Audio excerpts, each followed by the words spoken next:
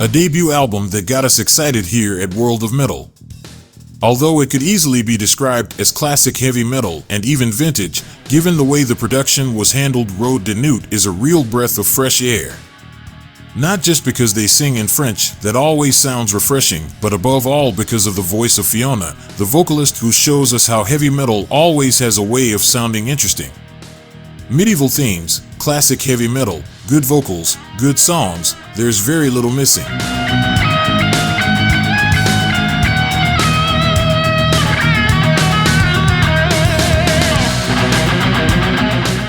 This is the second album from this project that brings together Brazilian and Finnish musicians and, as you might guess for those who didn't catch the debut, we have brutal, merciless death metal. Despite being a sober work, which is possible in the genre, Third War Collapse immediately draws attention to its difference. Brutality and deep gutturals, but with a lyrical concept that focuses on very real things and themes. The alliance between this lyrical lucidity and the brutality of death metal is memorable, and if at first it may seem like just another brutal death metal proposal, it soon becomes one of the great highlights of 2023 in the style.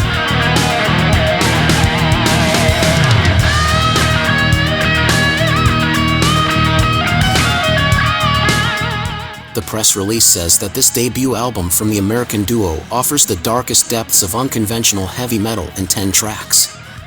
And it's no advertising exaggeration, Scepter is undoubtedly extravagant in the way it taps into heavy metal and adds very subtle bits of speed, traditional doom metal in 10 songs that settle easily into your brain. Dan Monroe's voice may be an acquired taste, but it's nothing to get used to, and it fits in very well with the spirit of his music. This is an album that lovers of traditional heavy metal will easily be converted to, and here's to another American band that shows that although the mainstream in their country is miserable, the underground is still alive and well.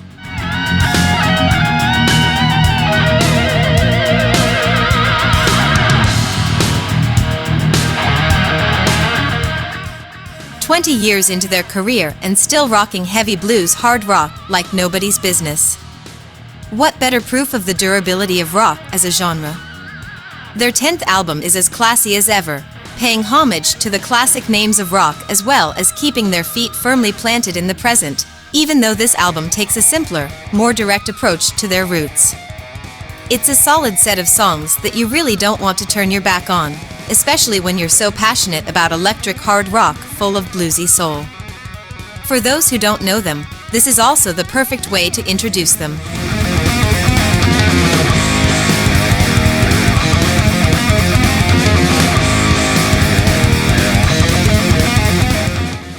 The return of Körgull, one of the most interesting names on the Spanish Xtreem scene. Built to Kill is the 6th album of their career, and its title reveals their intentions very well and is no exaggeration. Ruthless black/thrash metal with a raw production that not only fits like a glove with what the music itself calls for, but also gives us a nostalgic taste for the beginnings of Xtreem music. Just as the cover also pays tribute to those times. No big complications, just pedal to the metal, merciless thrash that the world needs.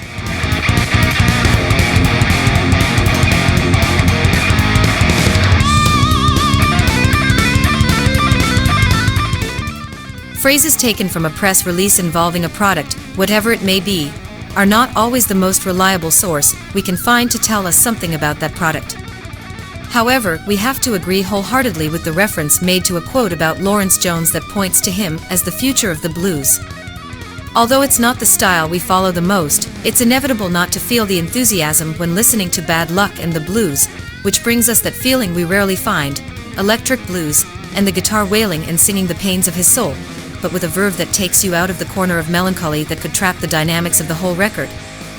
Visceral but without being raw, with a vibrant sound that makes you feel what you want to feel, a great album of heavy blues rock.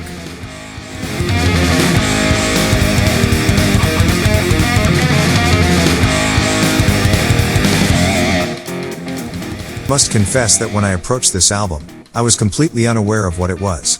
Just another one on the list. However, as soon as the Forever Doom, the first track on the album, began to sound, it became clear that this wasn't just another record. Although old-school Swedish death metal is nothing new to anyone, It has an inexplicable magic that makes it immediately appealing to our ears. Then you realize that this is a project that brings together some of the most important names in the Swedish scene, starting with Mikael Stan, Dark Tranquility, and including Stefan Lagergren, The Grifted, Alex Scherfeld, Let Them Hang, Daniel Liljekvist, Disrupted, and Christian Jansen, Pagandom, and also in Dark Tranquility. However, despite the names, it's the music that really gets us going.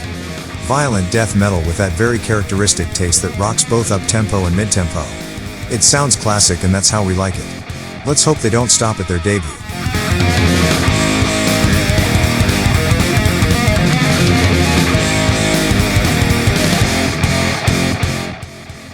How can you not fall in love at first listen with the sound of acid Magus?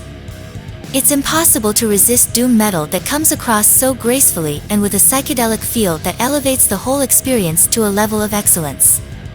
Hope is Heavy manages to convey a very distinctive ambience that we don't often find on a doom metal record. Perhaps it's because it inverts, subverts, and revitalizes its rules that it sounds so good, and we're not even tired of those rules.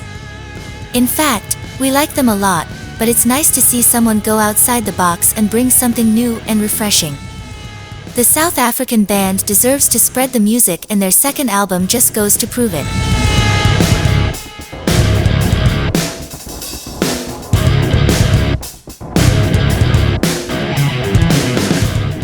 The Circle's second album lives up to all the high expectations we had after their debut, Metamorphosis. Talking about symphonic black metal isn't enough to give us a clear idea of the genius that this album contains. The atmospheres are fantastic and capture us without any possibility of escaping over the course of just over 30 minutes. That point, the length, turns out to be its weakest point. If, on the one hand, we have a cohesive album with no weak points, on the other, it leaves us wanting to hear more. It's always better to leave your audience wanting more than for them to give up halfway through. In any case, it's an album that flows very well and combines emotion, metallic heaviness, and atmospheric ambience in a masterly way. It's quickly addictive, and it takes a while to get tired of it.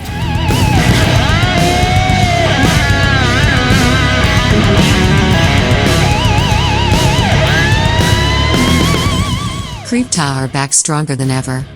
Echoes of the Soul had a good impact on the critics, but it was the band's performances that made the album grow even more in the eyes of death metal fans. With these expectations, Shades of Sorrow is a furious death metal album, but one in which the metallic melody, especially that which appears in the solos and guitar leads, does not go unnoticed. Without reinventing and reducing any misplaced hype, this is one of those albums that always works well for those looking for good death metal that doesn't want to shy away from the traditional elements of heavy metal. Ferocity and good taste are evident in songs like Stronghold and Lift the Blindfold.